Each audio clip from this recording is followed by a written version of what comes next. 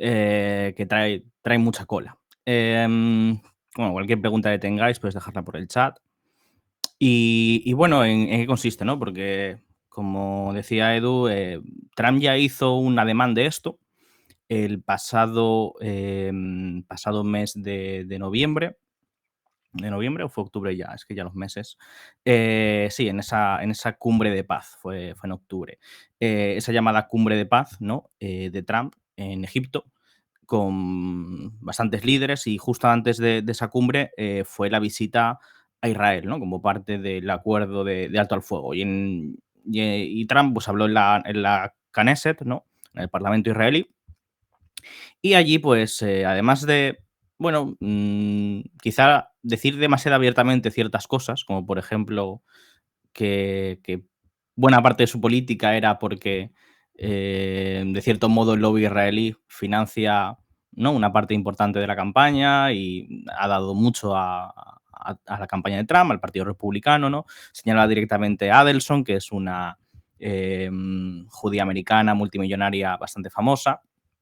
Decía, bueno, señalaba, ¿no? Directamente en el público, en el estrado del Parlamento. Y bueno, decía que había sido una gran contribuidora y que incluso le preguntaba, ¿no? Le había preguntado una vez que quería más a Estados Unidos o a Israel, y que ya no contestaba, ¿no? Bueno, pues en esa declaración institucional, ¿no? Al final, porque es una declaración ante el Parlamento, donde le dieron el estrado, dijo abiertamente, le pidió, ¿no? al presidente del país presente allí, Herzog. Hay que tener en cuenta que el presidente no es del mismo color político que el gobierno, ¿vale? Em, básicamente viene del Partido Laborista, aunque en otros aspectos esto tiene poca importancia. Pero bueno, fundamentalmente, Trump le pidió que diera ese indulto a Netanyahu, porque Netanyahu se había esforzado mucho. Había hecho mucho por, ¿no? por la paz, decía, había hecho mucho por asegurar la relación entre Estados Unidos e Israel, y era una figura central, y por lo tanto pues era importante recompensarlo, ¿no? De cierto modo. Y que había sido una persona, ¿no? perseguida, ¿no? Como él, básicamente. Igual que él había sido perseguido en Estados Unidos, ¿no? Y pues bueno, pues había sufrido varios procesos, ¿no? De impeachment por parte del Congreso, y había también estado sujeto, ¿no? a varios aperturas de juicio, ¿no? De tribunales en Estados Unidos, y que ahora mismo pues parece que muchos de ellos se están cerrando, o digamos por la inmunidad, ¿no? que cuenta en el despacho Oval, pues ya no se ve afectado, ¿no? Y bueno, pues haciendo esa, ¿no? Esa similitud, pues decía también, ¿no? que Netanyahu pues estaría bien que recibiera ese indulto. Y recientemente, esta semana, pues lo ha dicho con mucho más ímpetu, ¿no? Básicamente ha venido a decir que en parte, ¿no? que la relación entre Estados Unidos e Israel se podría ver afectada si Netanyahu no consigue ese indulto. Una interferencia política muy clara, ¿no? dentro de la política israelí, y que pone mucha presión y que refleja, de cierto modo, también algo que yo vengo diciendo, que es el hecho de que la relación no va en una sola dirección, que no solo Israel tiene una presencia o una influencia muy importante dentro de la política estadounidense, y que lo que se suele decir, ¿no? La teoría del lobby, ¿no? Y se le da mucho peso al lobby israelí, el AIPAC, ¿no? Pero no es un lobby meramente israelí.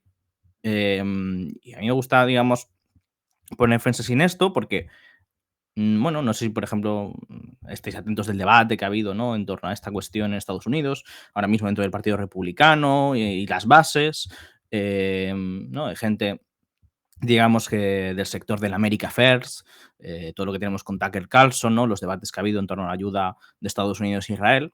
Y, por ejemplo, la entrevista que hubo de Tucker Carlson al senador Ted Cruz, ¿no? de Texas, que es un senador pues muy pro-israelí. Y en esa entrevista, pues él defendía, ¿no? el hecho de que, bueno, el AIPAC no es un lobby únicamente israelí, que no solo defiende los intereses de Israel, sino que también representa los intereses de Estados Unidos.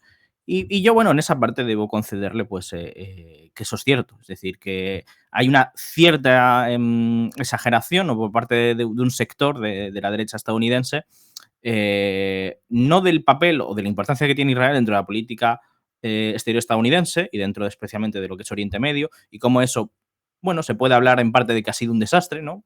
En parte para la hegemonía estadounidense, porque bueno, lo ha obligado, ¿no?, a estar fijado en un mogollón de guerras de contrainsurgencia, ya sea Irak, ya sea Afganistán. Afganistán no está tan influenciado, pero bueno.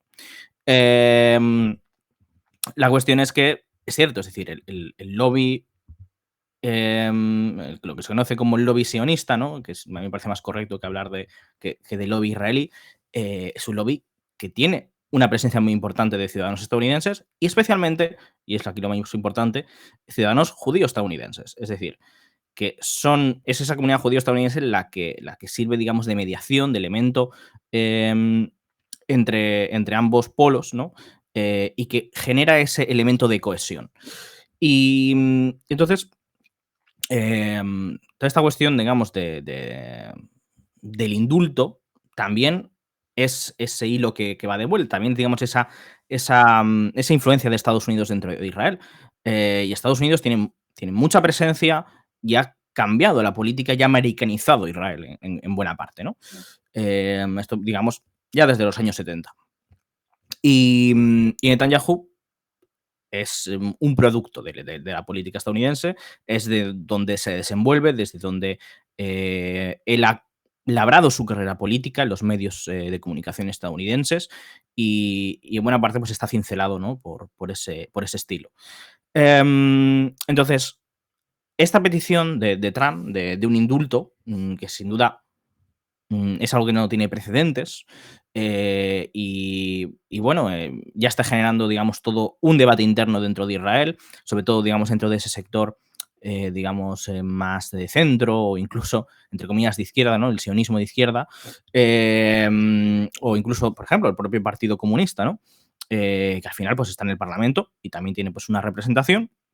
Históricamente ha sido un partido importante dentro de la política israelí, un partido que en general representa más a los palestinos israelíes, digamos, palestinos con ciudadanía israelí, los que se quedaron en el 48, y que hablan en esos términos, digamos, de soberanía israelí, de que hay que evitar el imperialismo estadounidense, la injerencia de Estados Unidos dentro de Israel, y que, bueno, pues que cada uno se quede en sus fronteras, ¿no? Porque como ellos defienden la solución de los dos estados, pues ellos defienden que los estadounidenses no entren dentro de Israel y que Israel no entre en Palestina, ¿no? Lo que ellos conciben como Palestina, que son las fronteras del 67, ¿no? Lo que se conoce como los territorios ocupados.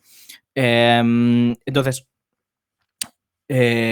aquí lo que vemos es realmente cómo no es una cuestión de que de uno de los lados controle al otro, es decir, no es algo tan sencillo, tan unilateral, sino de esos intereses compartidos que hay entre esa élite estadounidense y esa élite israelí, ¿no? Y cómo eso viene a estar en buena muerte, ¿no?, mediado, no solo por la importancia que tiene Israel dentro de la política exterior estadounidense y dentro de Oriente Medio, sino también por la importancia de esa comunidad judío-estadounidense. Em, Gracias por esa suscripción, Soler, Soler, Soler, 3 veces Soler. Y me preguntas por la visita del Papa al Líbano. Bueno, pues a eso puedo ir después, cuando me mueva hacia Siria y Líbano, que pretendo hacerlo, después de... porque está ligado a esta cuestión, ¿vale? Así que vamos a darle un momento, pero gracias por la pregunta. Y claro, es decir, ahora esta declaración de Trump, que pone una presión enorme sobre el presidente del país, que como digo, es el presidente Herzog, que es, digamos, alguien de un signo político contrario a Netanyahu, digamos, dentro del campo anti-Netanyahu. Ciertamente, Herzog no es alguien que tenga una política muy distinta a Netanyahu en temas relacionados con Israel. Si bien es un político, pues eso, de carácter, por ejemplo, más secular, más contrario, digamos, a políticas de estilo de integración de la religión y el Estado, como muchos de los socios de Netanyahu. Y además, igualmente, digamos, es un político que ha sido ministro de Exteriores bajo gobiernos de Netanyahu y es un político que, pues eso, que en el tema de Israel no se distingue y que ha tenido, pues, declaraciones, por ejemplo, abiertamente, ¿no?, hablando de que todos en Israel, todos en Gaza son culpables, ¿no? Y de hecho, pues bueno, él se destaca también por representar la derecha del partido laborista y, por ejemplo, estar en contra del mestizaje. Es decir, eso es la izquierda en Israel, es de estar en contra del mestizaje abiertamente, es decir, hablar de que a él le sienta muy mal o le que parece muy inadecuado que los judíos americanos no se anden casando con gentiles. Y que a él pues es algo que le resultaría muy molesto que uno de sus hijos se casara con alguien no judío. Y él, bueno, pues habla abiertamente en este sentido. Y no es que vaya a favorecer ni siquiera algo así como una solución de los dos estados.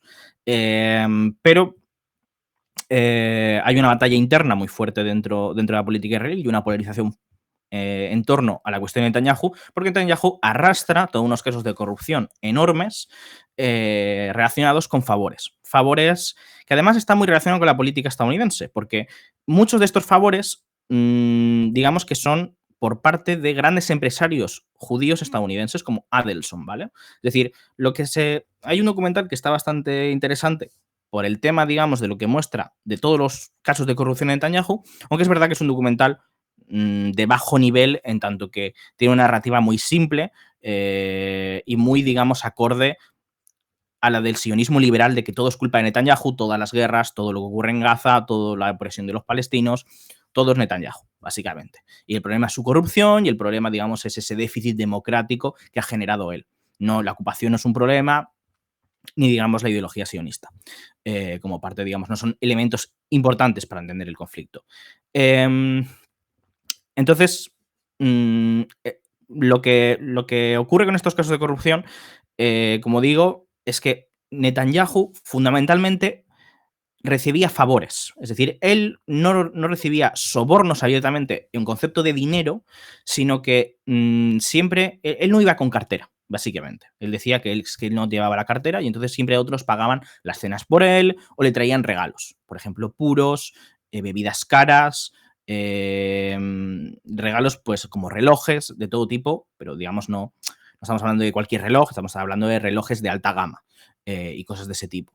Y él, digamos que para mantener reuniones o para favorecer a ciertos empresarios, pues, o para, digamos, que tuvieran contactos con ciertos sectores de la alta política estadounidense, pues él, digamos, hacía de canal y a cambio, pues recibía ciertos favores. Esto en términos de especias, ¿no?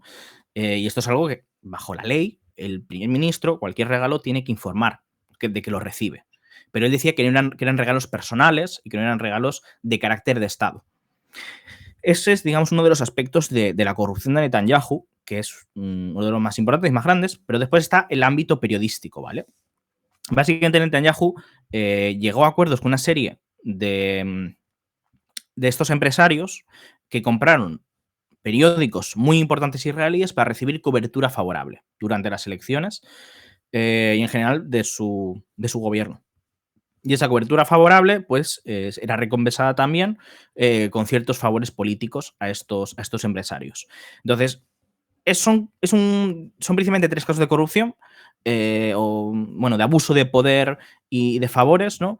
En general son casos muy voluminosos, con muchas pruebas, que ha llevado a la policía israelí a interrogar a una gran cantidad de empresarios. Por ejemplo, ahora mismo no recuerdo muchos nombres, pero hay un productor de Hollywood, judío, muy, muy famoso, que está, bueno, si buscara el nombre seguramente podríamos encontrarlo un mogollón de películas, ¿vale?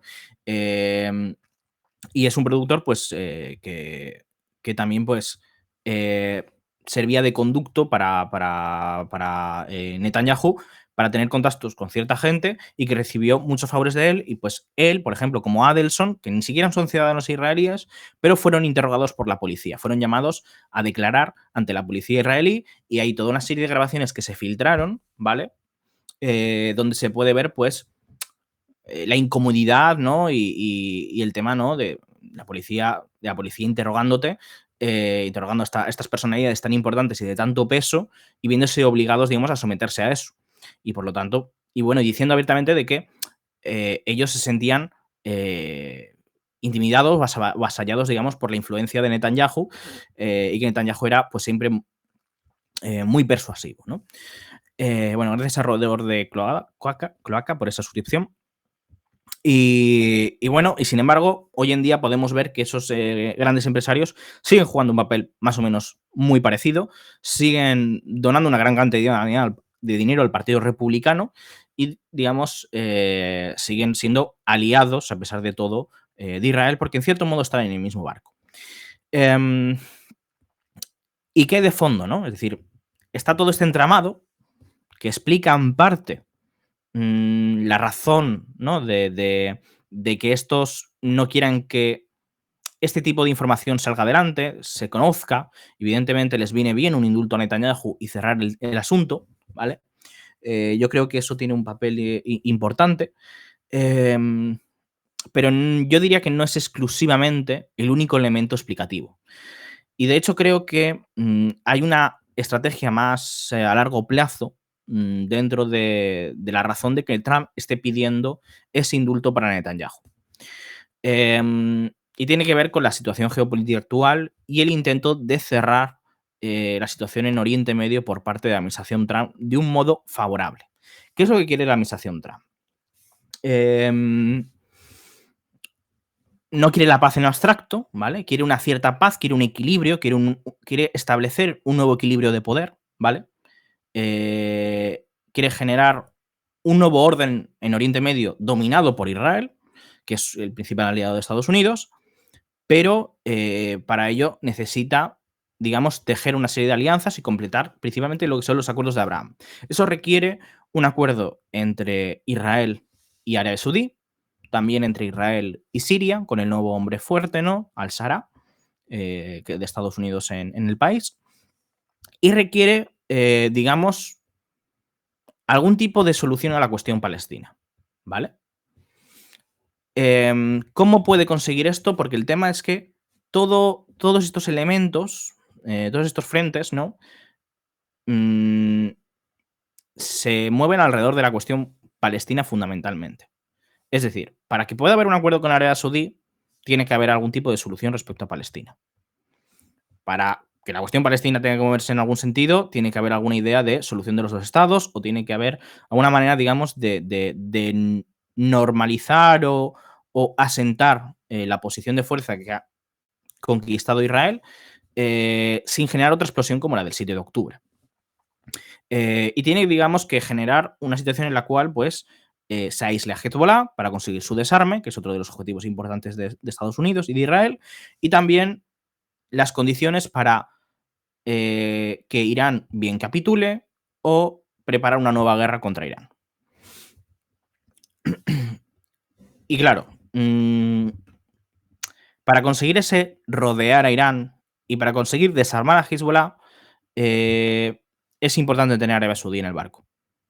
Y Arabia Saudí solo se la puede tener como condición, y como ha repetido constantemente el príncipe heredero, no con un Estado palestino, pero sí con al menos retomar el camino hacia un Estado palestino, como parte de esa inclusión en los acuerdos de Abraham.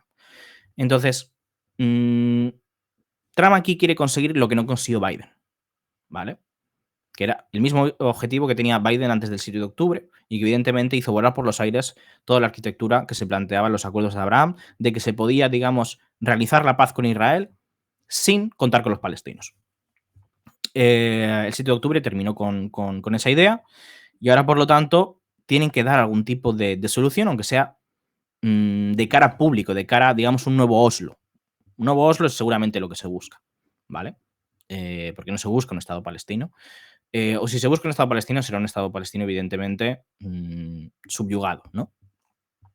Entonces,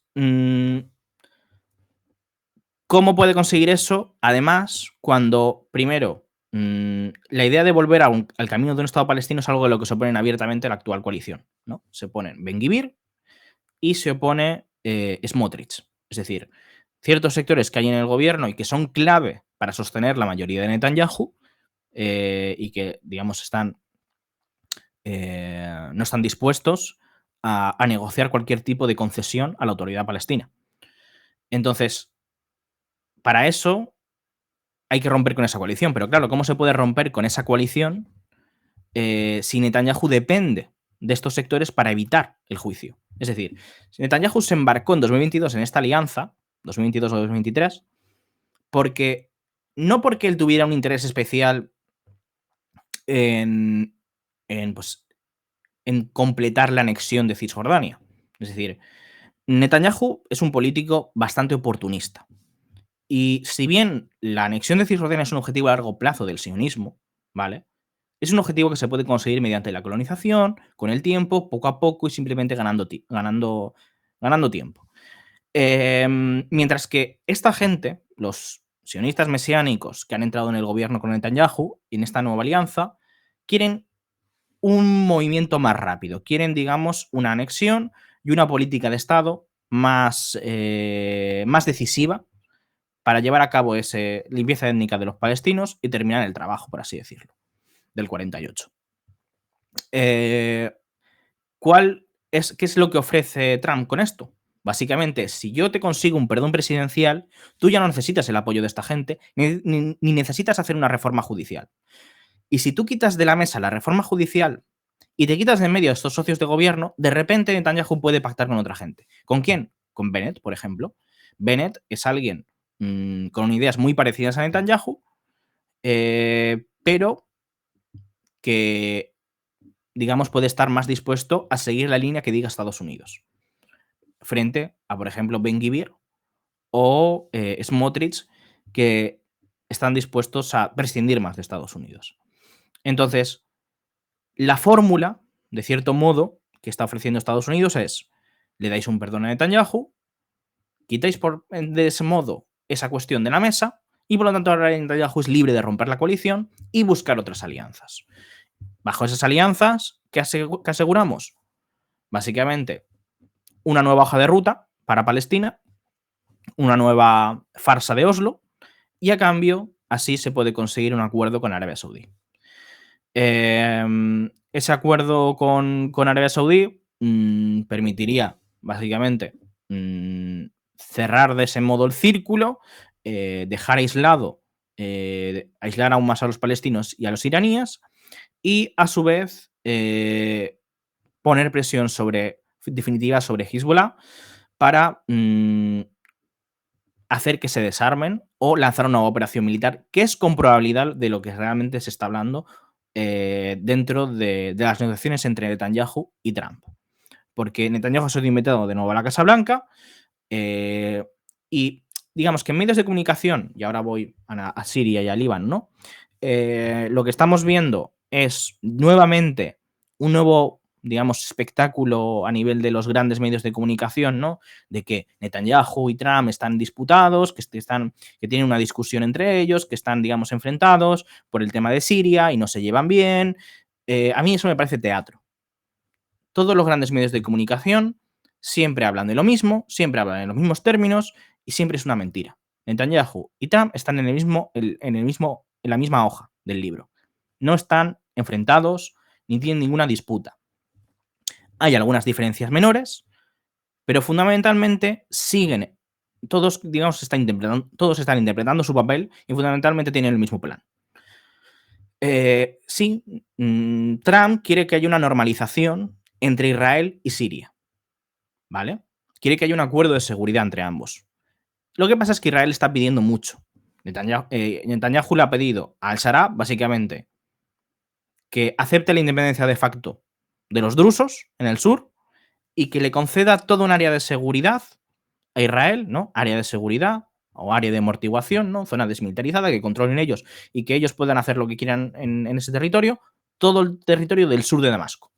Básicamente, del Monte Hermón hasta la provincia de Quraisi.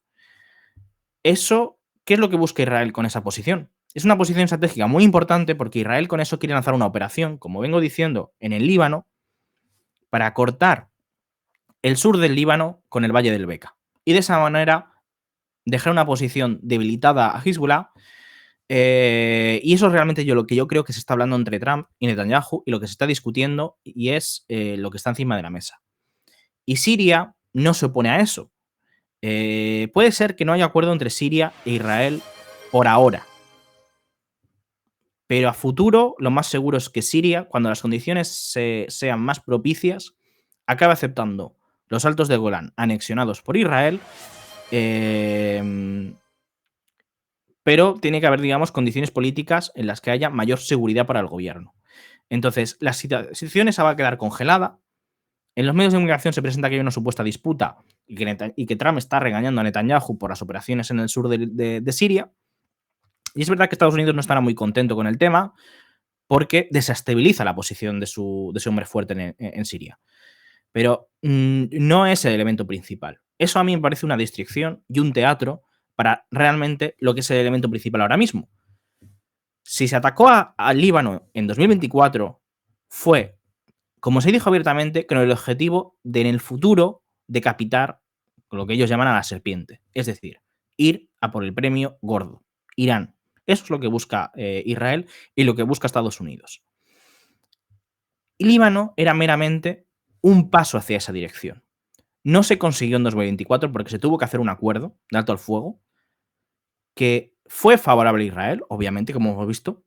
La mayor parte de los objetivos de Israel se han cumplido durante el alto al fuego y no durante la guerra, a pesar de que durante la guerra también se hicieron golpes muy fuertes, como el asesinato de Nasrallah. La realidad es que el golpe sobre el Líbano no fue suficiente para derrotar a Hezbollah. Entonces, ahora Hezbollah está rearmándose, porque sabe que viene una nueva guerra, porque sabe que Israel no va a dar tregua. Y Irán está haciendo lo posible para rearmar a Hezbollah. Esa es la realidad. Y Hezbollah, evidentemente, Irán, evidentemente, no es tonta. Irán sabe que después de Hezbollah van ellos y que necesitan asegurar la carta de Hezbollah para no ser ellos el siguiente objetivo. Por lo tanto, es ahí donde se va a dar la batalla. Y Irán no puede renunciar a eso. Es decir, dentro de las negociaciones que hay con Estados Unidos sobre el tema del acuerdo nuclear, uno de los asuntos es que Israel y Estados Unidos quieren que Irán deje de armar a Hezbollah. Esa es la condición para un acuerdo con Irán. Irán no va a renunciar a eso, porque Irán sabe que renunciar a eso es entregarles en bandeja la cabeza de ellos mismos. Es decir, es aceptar que van a ser los siguientes en el menú. Gracias a Pug Buenardo por esa suscripción. Y claro, entonces, ahora mismo hay una presión enorme sobre Hezbollah y aparentemente se da también la impresión, ¿no? A nivel mediático, de que el gobierno libanés estaría, por así decirlo, indeciso, ¿no? Que el gobierno libanés se ha situado en cierto momento, parece un poco más cerca de Hezbollah. Estos son apariencias. Realmente el gobierno de libanés está dentro de estos planes y está de acuerdo con la posición de desarme de Hezbollah. Eso es así. La cuestión es que evidentemente ellos tienen que hacer equilibrismos porque tienen que asegurarse el apoyo de la sociedad. Entonces, ahora mismo, de hecho, ha habido una negociación el día de ayer, que ha sido la primera negociación del Comité de Alto al Fuego, que no ha sido a nivel militar, ¿vale? Las negociaciones entre Israel y Líbano siempre son a nivel militar porque son dos países que están en guerra desde 1948. Son países que no tienen relaciones diplomáticas. Bueno, en armisticio, pero estado de guerra de facto, ¿no? Estos dos países, por lo tanto, no mantienen relaciones entre gobiernos, ¿vale? Porque no se reconocen mutuamente. Solo se reconocen en el campo militar y, por lo tanto, las negociaciones se hacen en el nivel militar. El día de ayer, Líbano aceptó mantener una reunión a nivel de gobierno, a nivel de un oficial civil representando al gobierno que mandó Hezbollah, que mandó el gobierno del Líbano, que era un exministro de Exteriores, y a su vez Israel pues, también mandó a un oficial civil. Esto es un cambio de aproximación que ha hecho el Líbano, que está intentando, digamos, negociar otros aspectos para intentar calmar a Israel y evitar una operación militar. Este intento, digamos, de calmar a Israel y de ganarse su favor, haciendo concesiones de ese tipo, como se ve, no sirven para nada, porque hoy Israel ha vuelto a anunciar no sé cuántas evacuaciones de pueblos libaneses y ha vuelto a atacar el sur del Líbano con igual intensidad y ha dejado muy claro han dejado de este modo que la presión militar no va a dejar de estar presente en las negociaciones. Después, la visita del Papa. La visita del Papa es algo muy interesante, porque el Papa, primero, es estadounidense, ¿vale? ¿No? Y el Papa, claramente no es un jugador neutro, no es alguien que vaya simplemente por una visita de carácter teológico, aunque sea el manto bajo el cual opera. Pero Estados Unidos tiene relaciones muy cercanas con el Vaticano y el Vaticano evidentemente juega su papel y tiene sus intereses.